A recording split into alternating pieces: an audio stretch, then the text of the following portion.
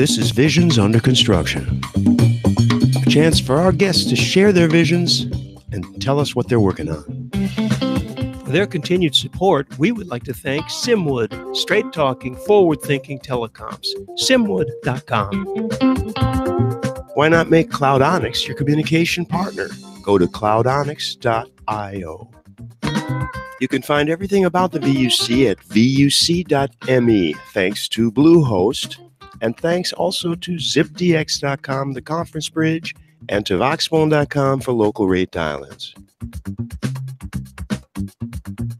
Conference update, 24 days to KazooCon in San Diego, April 30th to May 2nd. KazooCon is a developer-focused conference with the telecom user in mind. 2 focus tracks, dozens of sessions, plenty of networking opportunities with industry experts from around the world on the future of communications. For all the detailed information about KazooCon, go to kazoocon.com. And you can get 2 tickets for the price of 1. Buy 1, get 1 for all friends of the VUC. We jumped from San Diego, California to Berlin, Germany, May 14th through 16th. It's the 6th edition of Camaillo World, probably the 4th that I've been to, and they will cover a wide range of topics from classical telephony to the newest technologies. But most importantly, the VUC Visions panel will be there, camailloworld.com. And now we're live with Joe Roberts. Hey, Joe, welcome to the VUC. Hello. Thanks for having me. Good to see you again. Joe, yeah, you too. You and I have actually, we did a hangout in like 2012 or 13. You were starting a series then about eating insects or something. Yeah, that never took off the ground, unfortunately, because my bug guy backed out. I still have this in the back of my mind. I desperately want to still do this series. It was extreme eating, I think, or something like that. Right. That's a great idea, and I think it still plays today. Anyway, before I let Michael take over, because Michael is our new wine enthusiast, I've kind of moved away from that world. But I first met Joe at, I think it was one of the wine blogger conferences, probably. Anyway, everybody knows everybody online, Joe. So you know everybody who writes about wine and see all that on Twitter and the social media and so on. But you and I first met in person. I'm going to say Portland. Does that sound right? Yeah, it might be. So that was fun, and these are great get-togethers, and maybe you'll talk a little about that. But before you do, I want to just play one very quick thing here. Let me see if I can figure out where it is first. I think this must be it. Oh, turn back up the volume.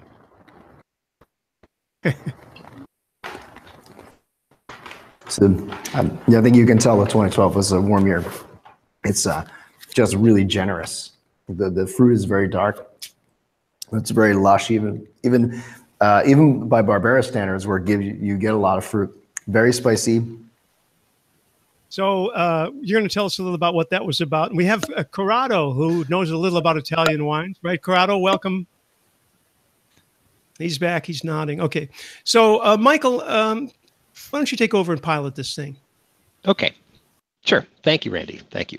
First, a little preface. I don't think Joe and I have ever met, but I've left some comments on his blog, and his blog is one of the few wine blogs that consistently holds my attention. And he has the honor of being, I think, one of only 2 people online who have actually caused me to take money out of my wallet and give it to somebody else. And so, it wasn't to me though, right? No, it was. Well, actually, I have bought your book, and I've hunted down wines on your recommendation several times. So, but here's the thing. As I said in the pre-roll, we used to be an exclusively technology-focused little exercise on these Friday midday things, and now we're sort of expanding our scope, although we have done in the past under a different sort of a project some wine and drink focused things and participated in some other companies things and all of that. But people don't have a context for why I would be interested in this, and it relates to the technology angle, and that for years and years and years and years, probably 2 decades, I worked in broadcast technology, which actually saw me spend about 3 years in Philly working on projects there. So yeah, exactly. And Eagles, man. Mm. So we're still We're still hungover from that one, I think here. Yeah, I believe it. But about 5 years ago, in fact, it was 5 years ago on April 1st, I took a change in pace, came to work for a different company, gave up all of my business travel, which I had been doing, for such a long time. Because I gave up the business travel, there was the opportunity to go to school, which I had never done before as an adult. And I searched around for, what is it I'd like to go take a class? And I ended up going down the WSET track because there's a fine private wine school here in Houston, Texas. And so I went down that sort of as far as made sense for me, but it sort of, that's lighting a fuse in the world of wine, right? That's right. You're going down a rabbit hole and you're going to find Alice one day. So, but that's where that came to. And then that sort of spread out and sort of did some volunteer things, wine judging, some competitions and stuff like that. And so I started reading, and as I'm starting to read, most of this stuff, language gets in the way of wine. Let me put it that way. And that there's a lot of people, when you start reading wine reviews and all of this, you have to decode the language. It's a lot like reading an RFP, or maybe an ITEF, standard or something like that. You have to decode the language, and sometimes to the average person, the wine gets, or the language gets in the way of the wine, and that's where you stand out, is you have such an incredibly presentable approach. That's all preface. When you were a kid, what did you want to do? Well, okay, I'll get this question, but you've touched on something very interesting, I think, for me in particular. Was so my previous life was in management and tech, and so I was in the IT world for a long time. I don't know, 20 years, something like that. And towards the end of that career, one of the things I got to do pretty well was translating that tech and terminology and need to the top brass in corporate. So it's interesting that you bring it up, because I kind of have I have some experience in both now, translating both those types of languages, and those helped one another when I went through my transition out. So as a kid, I think the first thing I can remember wanting to be was some kind of adventurer, astronaut, anything out of the ordinary. My domestic life was pretty tame, except we grew up in kind of a not so good neighborhood. But other than that, it was pretty boring. We didn't really have any money, so we weren't traveling around or doing anything like that. So I kind of had a bug of wanting to get away somewhere, not to escape family per se, but just to experience something broader than this very small world that I had, which was kind of family, church, school, this whole bit, Italian neighborhood type of thing, where all our family was within, most of our family was in like a couple miles of one another, and most of them are still there, so it was a very tight knit small thing, and I wanted to I always had this hunger to kind of go beyond that somehow. So I remember astronaut being the first thing, but I think that's just a function of that's as far out as you could possibly get, right, aside from the bottom of the ocean or something. Yeah, have I mentioned I live in Houston? Yeah. Yeah, we have this thing about we know rocket science when we see it, and we don't see it all that often. But that's very interesting. So I was looking at your profile that I saw somewhere. So you're originally from Delaware. You've been in Philly, I guess, most of the time. That's not that far. Right. But I see you were with Mars, I think it was, right? Mm-hmm. Yeah. I did not know what businesses they were in. It's very interesting. They're not the obvious sort of where I thought they were, but obviously they're huge. Yeah. But that was a long time ago now. And I think the interesting part was the transition where, when did you launch One Wine Dude, and how did that come about? What was the run up to that? And, your entree into wine, what was the fuse for wine for you? It's actually not that dissimilar to what you described with going down the rabbit hole in the Wine Spirits Education Trust. So at the time, working for Mars and getting into like upper middle class lifestyle, And I thought, oh, I have some money. I guess I should spend it on wine. You know, I didn't know anything about it. But one of the things that I did was I didn't like the fact that I knew beer and was comfortable with beer, but felt completely lost with wine. And so I used to have to drive to North Jersey quite a lot for my time at Mars. And the liquor laws in Jersey are a lot better than they are in Pennsylvania.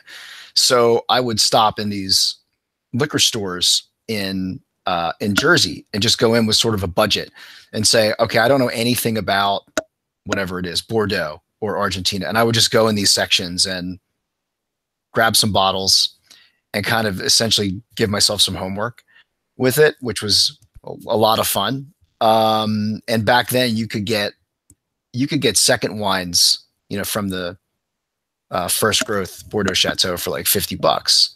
You know what I mean? So, which seems absurd to say now. I feel old saying that. It's unbelievable. And, you know, because now they're like $400 or something. And so it was just this big exploration that I was able to do by virtue of a lot of that travel. And I kind of just started going down the rabbit hole, and I thought, well, maybe I can eventually make some money from this. I don't know, you know, like instead of just spending all this money on wine. And I started taking the WSET courses in Philly and getting in with a group there of people who are educating, writing, making wine, working for restaurants, etc. And it kind of took off from there. The blog was kind of a weird afterthought. So I tried to create with a friend of mine a business idea of, hey, maybe we can do in-home tastings and things like that and make a little bit of money on the side and have some fun. And we were both fans of the Big Lebowski, so we called it Two Wine Dudes. And that never really went anywhere. I mean, we didn't have a lot of time to pursue that. But at the time, I created One Wine Dude as one of the Two Wine Dudes. And just to have content from a business perspective that people could reference when they went to the Two Wine Dudes site. Talk about unexpected consequences. Right. So what's interesting is that was branding and content, you know, related to a brand before I even sort of understood what I was doing. And it's only dumb luck, like blind squirrel finds an acorn, that those things ended up being part and parcel of how we do branding nowadays. And I was just luckily prescient on that. Working for Mars, we just had branding just rammed down our throats all the time and embedded into our brains. So I was just lucky to capitalize on that kind of thing and have that come naturally. So that was not some, in hindsight, it looks brilliant. It's absolutely not brilliant. Just a complete lucky accident. Yeah. And then for reasons I still don't understand, the blog became influential and still has influence, apparently. In fact, apparently I'm going to be featured in a magazine about US wine influencers, for which I was originally contacted to quote, ask my opinion on wine influencers. And then they said, we'll send a headshot because you got a lot of mentions, so you're being included. I still think like, what? You know, I still don't get it, because to me, it's like not even my mom reads One Wine Dude, you know? So I just kind of do whatever I want on there. The fact that it has influences is great, but also always strikes me as odd. And that just kind of took off from there. And eventually I thought, well, maybe this can be a soft landing for me, maybe an early semi-retirement, you know, out of the corporate world. And that's more or less how I positioned it since about 2012. And it's been your full-time gig since then. Yeah, I mean, you could say that. I wouldn't call it lucrative, nor would I say it is the type of thing that I would recommend to people who want to build any wealth at all. Okay. And fortunately, I don't need to make a lot of money. You know, so for me, it's how can I offset sort of my early retirement fund withdrawals? You know what I mean? So while, yeah, there is success from an influencing standpoint, I think it's a very, very tough time in that kind of niche area for anybody trying to make real money, right? But it is a full-time thing. So my number one job is being a dad. You know, after that, it's the writing and speaking gigs, and the wine competitions, etc. Isn't Cool. this, Joe, isn't the saying about how to make a small fortune in wine business? Start with the big one. Exactly. Right. It's similar to writing. I wanted to just get into one thing. I will not interrupt here often, but I wanted to get into your music because you're a musician. And in fact, I contacted you when I was learning the bass. I bought an upright bass, which I still have over here. Oh, yeah. And you still active in that? Let's hear a little about that, because as a musician, that's another form of self-expression. You still doing it? Yeah, it's funny because my joke is my life is kind of like wine, women, and song, whereas the wine, right, and the song is the music on the side, and the women is really just my daughter and girlfriend. So like, it's not a ton of women. It's just, but I'm lucky in that respect. Yeah. So I've been playing bass guitars for a long time. In fact, I thought about this the other day because it's probably been 30 years, and I should be a lot better than I am as a musician. Okay. But I play some other weird stuff like digeridoo and some other instruments. But yeah, I play with my band roughly once a month on average as the full band. We've been playing together for a long time now. The guy's name is Steve Liberace. So he's the guy I back up, singer, songwriter. And it's just, it's a lot of fun. In fact, what's weird is my hobbies now are things like reading about economics and finance, stuff that's just, or baking, stuff that's just very, it has a lot of numbers and precision because everything else I'm doing is this sort of fly by the seat of the pants expression that's much more of an artistic bent. And you can argue that there's a lot of that in parenting too. So to turn my brain off, ironically, I just want instruction. So I don't want to think, I don't want to produce, I don't want to create. I just tell me what to do and I'll just go do that. So it's very interesting as I've almost completely flipped those around. But yeah, the music's great. And in fact, if I don't play out to an audience after a certain period of time, I think I start to get like I need a Snickers, like where I start to get hangry or something, where I'm just a little more bellicose and irritable, and I've managed to keep a lid on that for the most part these days. But I notice it coming up, and I think, okay, I need to get my butt out, and whatever's building up needs to get expressed. But isn't that also, I mean, because there's another transition underlying all of this, and that was sort of going out into the corporate world every day and being amongst people and a particular type of people in a lot of cases, versus totally opposite from me, more or less. Yes. Yeah. Because I had that same transition of going out and being amongst customers and clients and working project sites and then coming back and transitioning to working from home full time was a big shift. And particularly if you're a social animal, if you're an introvert, you come back and you just kind of whatever. But if you're a social animal, I find that, I go out and I do things like I volunteer at the Houston Livestock Show and Rodeo, specifically in an area they call the Wine Garden, because it's nice to be out and amongst 200 people, yes, at least some of whom want to know something about wine. Yeah, right. Yeah, so to get out and socialize and do it, it's a big transition. Did you have any? I mean, when you were starting back, 2012-ish thing, was that difficult? Was yes. That? Yeah, you know what? It's hard to explain. Now, I'm a very open guy, so I don't have any trouble talking about this kind of stuff. But so at that time, also my marriage was absolutely just self-destructing. At the same time that this transition was happening, and part of that was my ex kind of had this whole secret life that I was starting to uncover, around that time. So I just had pressures all over the place on me. So I think my experience is colored in a way by all these other things that were going on personally. I did find it difficult.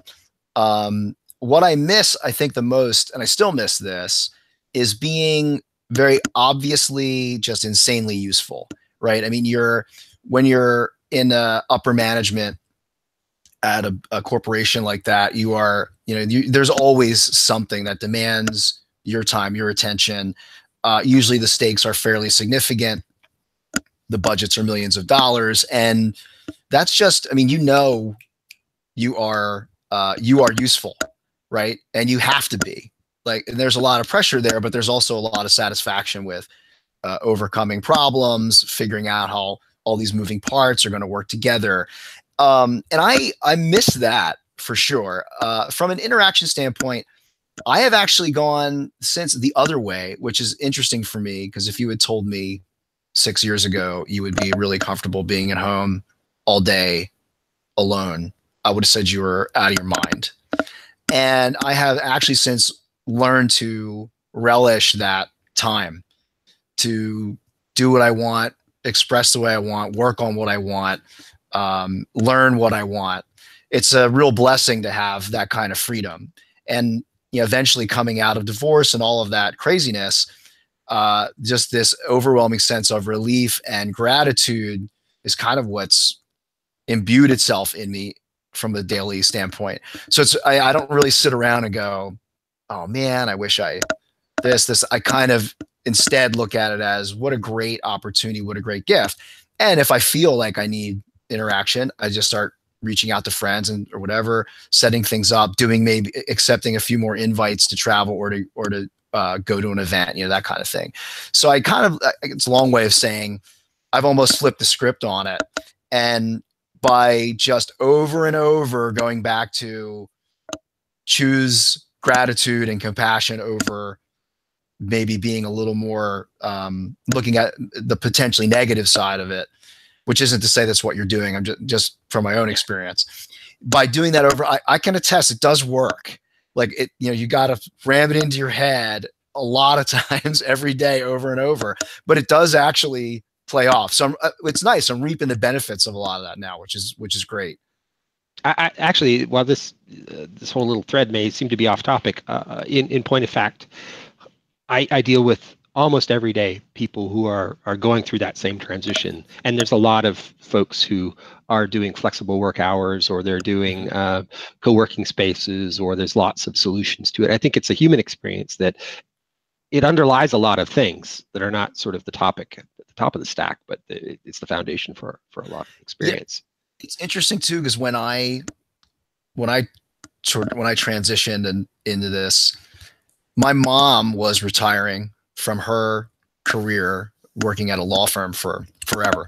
Yeah.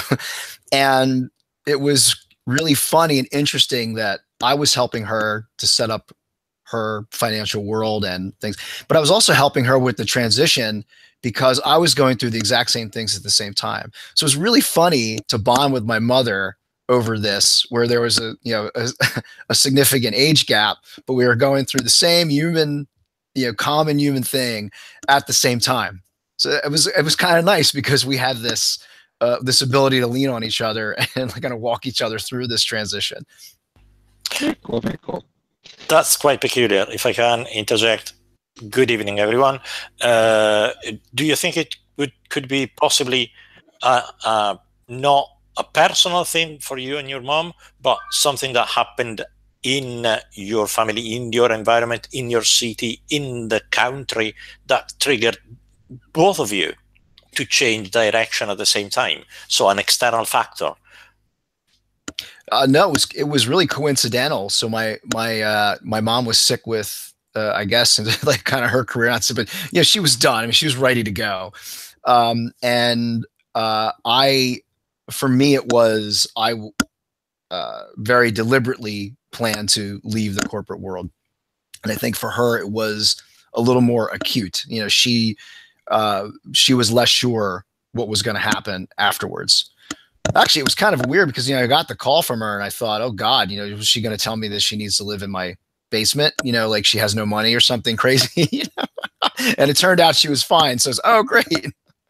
But no, there wasn't any particular thing. But at that time, I know for me, the things were made a lot easier with the political climate at the time because I was able to actually get health insurance and all that crazy stuff that prior to the Affordable Care Act and those laws being enacted, I had a lot of trouble. They just didn't. It's a weird situation, right, with that in the U.S. and it's gotten stranger since, but I'm still able to make it work. You know, knock on wood, I keep doing that. Yes, and I keep coming back to being a Canadian citizen. I may have to move back home to get healthcare eventually. But right, it's great. Yeah, ooh, that's a whole other show, I think. Right? Yeah, exactly. Michael, we have the usual problem with your microphone that goes like Daleks. You're sounding like Dalek. Okay. Carry the flow. Right. Going back to wine, I'm also being an Italian, not an expert, but used to drinking wine. But I also discovered that just recently, though, just a year ago, after being 14 years here in Scotland. Can you tell? That's yeah, I was wondering about that. That where I live in Perth, there is a wine club. After 14 years that I've been resident there, I didn't know. Discovered it completely by accident. It's now me and my wife have been members of the wine club, Perth Wine Club, for over a year now. We meet every month, and we discover from different places, or from different grapes, or from different vintages. We choose every month a specific subject to go into, but mostly we travel, and that's probably connecting where you were describing your wish to move and to travel around. Traveling through wine and getting to know places and people, if you can, even going there, is a good vector to get into the places, the people, the culture, the history, the experience. Is probably the most widespread drink throughout the planet. I don't think there's many places where wine is not made. Even in Islamic countries, some wine is made for mass, for the few Catholics that are there. So it's quite unifying, and is also a vector to know more people and more places. Yeah, that's what you describe as kind of a fundamental aspect of my love for wine and what keeps me going. Not getting to become maybe like a jaded, person after so many years of, there's all these boring wines. I mean, I would say it's the best vector for the things you described. I mean, in one respect, wine melds chemistry and history and geography and agriculture. There's just cultural aspects. There's so many things that go into it. That rabbit hole is so deep you can never really explore all the nooks and crannies, which is fantastic. And the fact that it doesn't stand still is also amazing. So when you combine all that and the fact that it can get you buzzed and get you laid and all those other fun things that we drink. Why else do we drink alcohol? It's like also lubricates life for us and makes us forget our desperate morality or mortality and all that stuff. So I think, for me, when you combine all that and the hedonistic aspect too, it's just like this amazing doorway into what there's huge parts of life are all about. Not all of it, but a huge part of it. And I'm amazingly blessed to be able to regularly now travel to some of the most gorgeous places on the planet to explore their wine or to do work with them on wine or whatever it is. So I kind of pinch myself every other day, am I really able to do this? I've lost count of how many times I've woken up somewhere like in the middle of Tuscany or in Piedmont and not remembered where I was, woken up and go, oh wait, okay, what country am I in? What am I doing here? I mean, but that's actually a great thing. Like it's a fantastic feeling. They go, oh, that's right, I'm in Piedmont. Like, it's probably because wine generally is a social thing anyway. It's not something that you drink to get plastered, to get hammered, it's something that you drink because it's sociable, because you're at the table, you're eating, or after. It's a long period It's not something that you just gobble down. It's something that you taste and experience for a long period of time. And I think because of that, there's a lot of generosity in the wine world.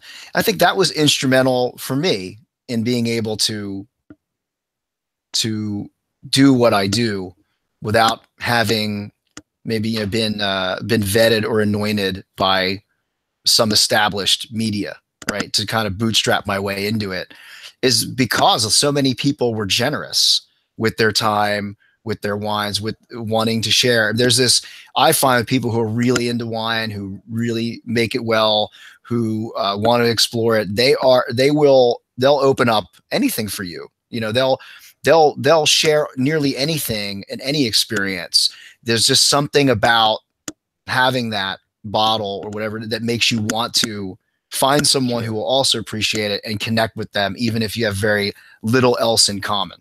Yeah, and it's not just the manufacturers, the producers, or the people that love wine. I don't know why, but there is a winery here, a commercial winery in Perth. They always have between 10 and 15 bottles of wine open to taste. Where else do you go and do you go in a restaurant? Do they have 15 plates of different things to taste, to choose what you like? It's that kind of openness, as you said, and proposing yourself and helping. Come on over to our place, Corrado. We have 10 or 15 bottles open anytime. Yeah, that's a private house, though. That's a bit worrying. The further thing that I was going to mention, that because I was coming from Italy, the Italian market is quite overwhelmed by Italian producers and Italian wines. So it's very difficult to get to know other wines from France and Germany, because they're close by, and being from northern Italy, it was quite close ties. But Australian wines, New Zealand wines, South African wines, Chilean wines, wines from the United States, some areas are truly exceptional. And I discovered that only when I moved out of Italy. Probably is the same in France, where the wine is so successful and is so pervasive. Yeah. It's probably difficult to explore and experience worldwide wines. What is your take? Can I speak for France to say that if you go into most of the stores in France, first of all, we're in Bordeaux, and you live in Bordeaux, it's extremely difficult to find anything that's not Bordeaux already. And in the supermarkets, where you can get good wines in France in the supermarket, but it's going to be French mostly. They have a very tiny selection, except for the new Cité du Vin, which just opened, but they have ridiculous prices. But they do have actually pretty good representation of good American wines. The only good American wine I would want to drink in France is Zinfandel, but you'll have to bear with me on that, because we've got here in Bordeaux, we have tons of everything Cabernet Merlot mix blends. Joe, I wanted to also get into because we have Corrado with us, that little excerpt I played. Now, he didn't see that, but you recently, this article is dated 7 March. So what day are we? Are we 9th, 6th? This was from the My Name is Barbera site. Yeah, right. Talk about that a little bit. Yeah, and why Barbera? Explain that. Okay, so that was a paid gig. So I got hired to originally it was to write to go explore in Barbera and write for their English language website that the consortio was using to promote Barbera wines through all the sort of quality tiers in Monferrato and Piedmont. And when I got there, it's true to Italian form. We sort of said, well, actually, let's do a bunch of videos to start. So I thought, well, okay, I've done this before, so I know what to do. But I kind of joke, I think the Italian word for scope creep is contract. You just sort of, I don't care what's written in the contract. Do whatever you want, as long as I don't think I'm putting too much time, beyond what we've signed up for. So we ran with it basically. And it was a lot of fun. I mean, it's a gorgeous area. You know, Barbera is a fun wine in that it's quite versatile, obviously, not just on the table with food because of the high acidity levels, but also because it's capable of producing several different tiers of wine, all of which are rather enjoyable, and some of which would surprise the hell out of you in terms of how well they age. So, it's just lucky to get a gig like that. Apparently, my face isn't too horrible to have on video. And I think one thing is I'm knowledgeable and I can translate what's going on with wine, but I'm non-threatening. I'm a small guy, approachable, and I don't put up some kind of imposing presence on video, I guess. So I've been lucky to have a few gigs like that. I did a couple years with the Ferment USA program also in Hungary, where we did sort of video diary of traveling through and exposing English language viewers to the wines and the producers. So it's very much in that same vein was what we did with Barbera. You had me hunting down Ferment. You had me hunting down Ferment. I know, but when you get it though, man, it's But what was the relationship between, because Ferment was the foundation for Tokai, right? Except that they're making it non-sweet now, or they maybe always have and just didn't export it. I don't know. I mean, anyway, it's all your fault. Okay. Oh, that you spent money. Yes, I spent money. I spent money on mine. That was not the best stuff. In fact, I appreciated the effort with respect to Barbera. Barbera is kind of underrated. The Barolos and the Barbarescas get lots of attention. Sure. The Barberas and the Dolcettos not so much. But they're wonderful wines. I have been looking for I'm not sure I'm going to pronounce this right, Nizza. That's the new. Yeah. It is just not available here in Texas. I have to. Not a lot's made, unfortunately. But so go pester some importers basically. But I mean they're well worth it because when they age beautifully, which is the part that's really exciting. Yeah. So for the rest of the guys who don't know this, Nizza, Barbera was Barbera, and this Barbera d'Asti and Barbera d'Alba and all these different things. But Nizza was this sort of top tier DOC that was only just introduced 2 years ago, and it's just now coming to be available, and it's really hard to find. I have been able to find though the Pasito processed Barbera, which is actually pretty tasty. And being a fan of Repassos and Amarones, I enjoy that quite a lot, and it's affordable. It's affordable. Cool. Yeah. So, which is also, I think those two things changed at the same time. But you were just in Spain. So what did you do in Spain, and what was the trip like? What were you enjoying there? That was a great trip. So that's a very, kind of, I don't want to say, I mean, it's a good example, not I would say average. It's a good example of the type of things I get to do. So I was invited through a PR group, and basically, as in Europe, they like to get journalists from other countries. Sometimes they focus on one. In this case, it was all people from the U.S. So they like to get media folks, buyers, whatever it is, sommeliers together. You travel around together, and they expose you to what they're doing in a region. So it's just a media jaunt, basically, and this was great. And Randy would have enjoyed it. We had several people who he probably knows online, for several years.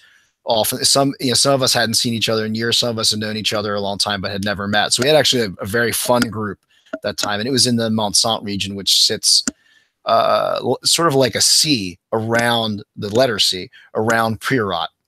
So not too far from Barcelona, and similar red wines in that respect, and some whites also, but for less money and less well known, and less critical darlings currently than Priorat. Which is another thing I love to do, which is to go to places that don't get a lot of press and see what they're about, or places that have deep ironies and that they have to reinvent themselves, like Crete, which was once star producer of the globe, right, in antiquity, and has now to find its place in the modern world. I just came back from Israel not too long ago. Very similar, right? They're trying to find what makes them unique outside of just kosher wines.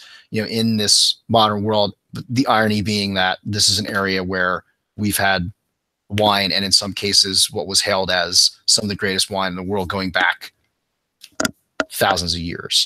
So I love that kind of exposure. So for me, Monsant was not, the added bonus was having a lot of friends on the trip, but the key thing was, wow, nobody knows about this, or not a lot of people in the U.S. especially have any kind of exposure to this. So you get a chance to tell a newer story, or a less well-known story, in an interesting way, hopefully. Yeah, that's cool. We actually have a friend, and we've done this in some of the technical conferences that this group frequents. We'll have wine gatherings, and we have a friend who comes from Israel, and we didn't have time for a gathering about a month and a half ago, but we did a bottle exchange, and so I had a Bordeaux blend from Israel, nice. And it was really good. I can tell you this much though. Living here in Texas, I don't recommend Texas Bordeaux blends because the grapes don't really like it here all that much. Interesting. But, although Tempranillo, some good Tempranillo there. There's some good Tempranillo. There's some good Tannat here. Yeah. And there's some Rhone varietals coming up that are doing reasonably well. But the problem is getting them onto supermarket shelves and getting consumers to buy something that's not immediately recognizable, right? It's a challenge especially for a small producer. Anyhow, where else were we going to go with this? Well, what's next? Looking forward? What do you have on the calendar? Yeah, it's interesting. So I maybe a lot of people are like this. I don't know, but I rarely tend to have all aspects of my life firing on all cylinders at the same time. And so my focus lately has been like personal life and my daughter. So I've actually not really pursued a lot of gigs in terms of hustling for more work.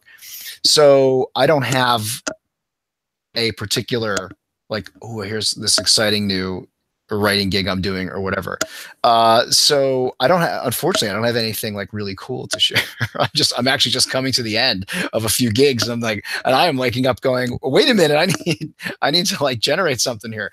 I think the most exciting thing for me in the short term, next few months, is a couple wine competitions. There's one in Oregon that I'll be doing that I haven't done before.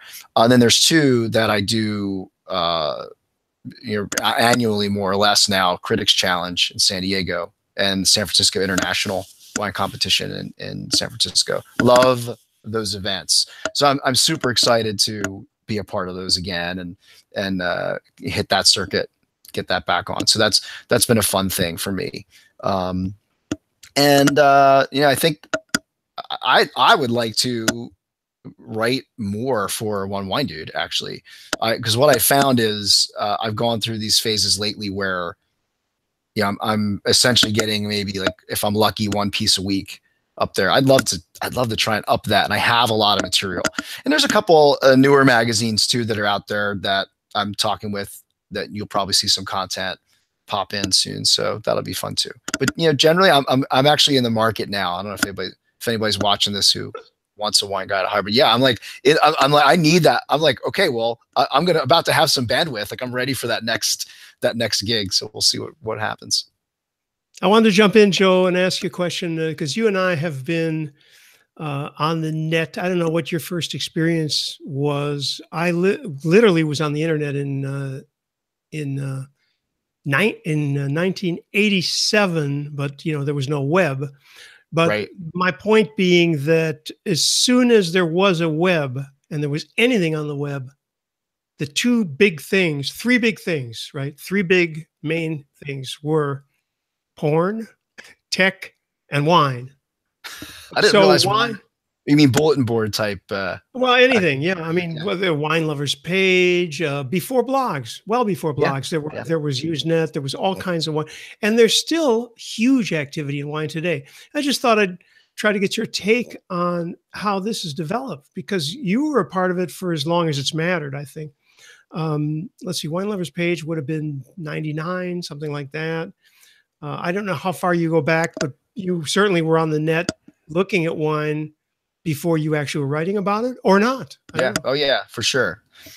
So in terms of like, if you're asking where I think the space is today, I think what's interesting is, we have these platforms where there's just a lot of fish, right? A lot of people, a lot of eyeballs. And I think the visual platforms with Facebook, Instagram, for example, these are really, really good platforms for sharing wine and influencing people on, I guess you call it like a micro level, right? On your, so it's not like Oprah mentions a wine now, right? And it, boom, the sales go crazy. That can still happen, and we still have personalities like Ellen, or maybe there's placement on a popular show or something where that can still happen. But I think what we're seeing is now this proliferation of these very small rivulets that kind of build into a bigger stream, for brands and brand recognition. And I think that's exciting. So I like the fact that people can kind of share to their little tribes in a very visual way, and it's pretty easy. It's because wine is the type of thing where people, I had this wine, I don't remember, and now you just you take a shot. There's all kinds of resources, that some of which can tell you, like Vivino and these others, that can just give you pre-populate a bunch of information for you if you're into that. So I think what I find interesting is that I think people they're probably less in need of the collector mentality, which was all that was really available to people for a long time, right? So wine is just succumbing to the same factors online that affect any other niche and commodity type products. Getting a build-up, a critical mass of peer type reviews, recommendations from friends, etc. And I think that for the vast majority of wine sold, people they want to know they're not getting screwed. They don't care about whether it's 5 points higher than something else. I mean, they just want to make sure that their money is going towards something where the quality level is decent. The proliferation of information that's so easy to get now and just about everything. And what's, I think, the most exciting thing, and where the laws are way behind in the US, is that, it's easier than ever now for someone who has a wine to find the people that would most like that wine, even if it's some crazy obscure, or what we would consider obscure release. And now it's difficult to get that wine to that person, or for that person to come and get that wine. But to find what they might like and what they might most identify with, that's easier than ever online. And so I think we're just seeing the same trends with wine that we've seen everywhere else. We're just delayed a few years, because in the US anyway, because wine, and a lot of other countries, especially Western Europe, because wine enjoys this sort of weird legal space that kind of artificially protects it from some of those technological and cultural movements. But slowly but surely, that's where we're going. And my message for a long time has been no different. It's wine is going to follow these same trends that we're already seeing with a bunch of other things. And back when I worked for Mars, people they were getting online. There was questions around how and why they should do it. And one of the big questions was, does somebody really have a relationship with, a $1 bag of candy? Well, the answer is, yeah, they do. I mean, that's been answered for a decade now. We know this for a fact. So they sure as hell are going to have a relationship with, $20, $30, $40 bottle of wine brand, in a brand like that. There's no question. So I think right now that the big issue is the laws aren't keeping up with, especially in the United States, they're not keeping up with where those trends could take it. So it's a very long-winded answer, but I think what we're seeing is no different than what we're seeing with any other kind of sort of luxury niche or commodity style product. The problem is there's no tasting plug-in. Yeah, well, that's well, there's certainly a lot of entrenched interests out there in that space, and it's a challenge. But you know what? The peculiar part is, it's a challenge for really a certain end of the business, which constitutes maybe a lot of labels, a lot of companies, a lot of product offers, but a very small percentage of the volume of the business as a whole, right? Yeah. And Very so true. that's it's like, selling Maseratis is is a little harder than selling Toyotas, but Sure. Anyway. But even Gallo brands, Barefoot, things like that. I mean, even they have to understand how those markets are segmented and how to best reach those consumers. And they have less of a distribution challenge, but they have similar challenges. I mean, the laws are different, et cetera. So I don't think it's, I understand what you're saying. And I guess what I would say is I think the internet, even with wine, even without being able to taste it right away, you can start the hand sell process of the Maserati equivalent online. It's a lot easier today than it's ever been, which is fantastic. And then the trick is and you've given a couple examples of this already. We've started that hand sell dry ferment to you. I'm interested. Yeah. My money's right here. I'm ready to part with it. How the hell do I get my hands on this? And that's a much tougher nut to crack. All the tech is there. All the will is there. All the capital to invest in that stuff. It's there. It's, to your point, it's laws, entrenched interests. That's what's preventing that from us from really seeing all the benefits that I think are inherent in what tech has brought us, which is the same as it's brought for so many other things. Being able to almost instantly find out whether or not it's good value for money, whether or not it's maybe even to your tastes, where it is, who makes it, technical information about it, yada, yada. I mean, we could do this with so many things. I mean, everybody on this chat probably has picked up some piece of either tech or a part for something they've wanted to fix at their home. It's something that would have taken you months and months and months, even at the dawn of the internet age for us. And now you can find this stuff within 30 minutes, right? And you have an order placed. And not only that, I'm lazy. I don't go fetch it. I don't run up to Fry's or the Micro Center or wherever. I have Amazon bring it to me. Yeah, right. Exactly. Yeah. And we have so many, again, the interests don't want that to happen with alcohol for the most part in the US, which is a shame because we should have that kind of access. Here's a teeny little success story as we're winding towards the end of our hour. Because while there's problems, there are also successes. And the interesting thing about this is that wine is like anything else. It's something that people feel passionate about, and people's passions are what make them interesting. Clearly this is where you are. It makes you a very interesting guest. You mentioned something about Ramisco. You were at a Portuguese tasting. Mm-hmm. And your description. I remember us talking about this, by the way. Exemplary. Yeah, we did this. We talked about this once or twice before. To the best of my knowledge, there were like 2 cases in the country. Right. And I was able to get 2 or 3 bottles out of it. Yes. But you would not believe the process of acquiring that. I mean, it was very complicated. When you think about all the steps that are involved to get wine made, and then to get it through this crazy rigmarole, right? To export and bring it in the US and then to a shelf somewhere where it's like a miracle, right? Like you're describing a minor miracle that you got this wine.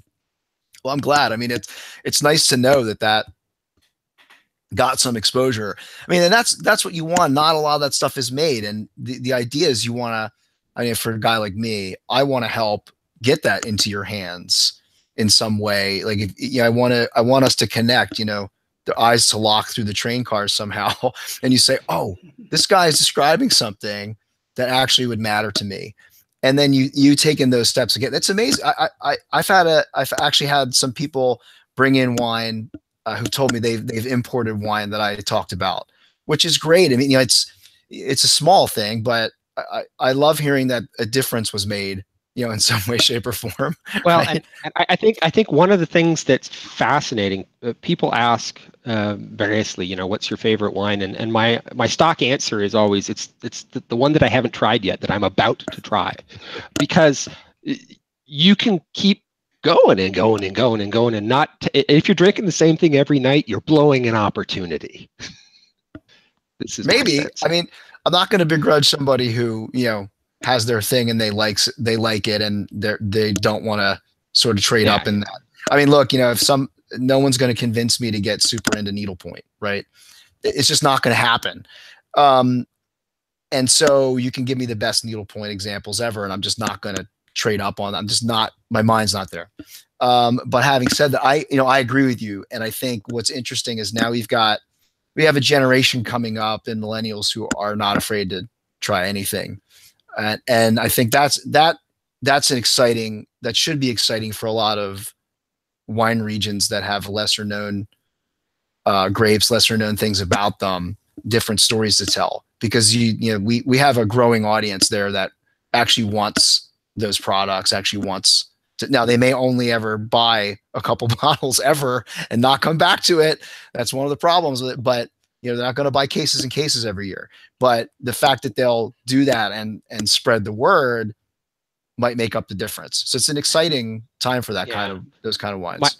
My hope is that trend or that pressure means that we have some interesting and also a little bit less expensive offerings in the space where people can explore, in the under $25 range and still have a diversity of things that they can try, as opposed to, anything good is going to be $50 or higher, or what have you. On the other hand, it's a very good time to be in beer. It's true. I love beer. Yeah, of course. Beer is coming up big time in this country too.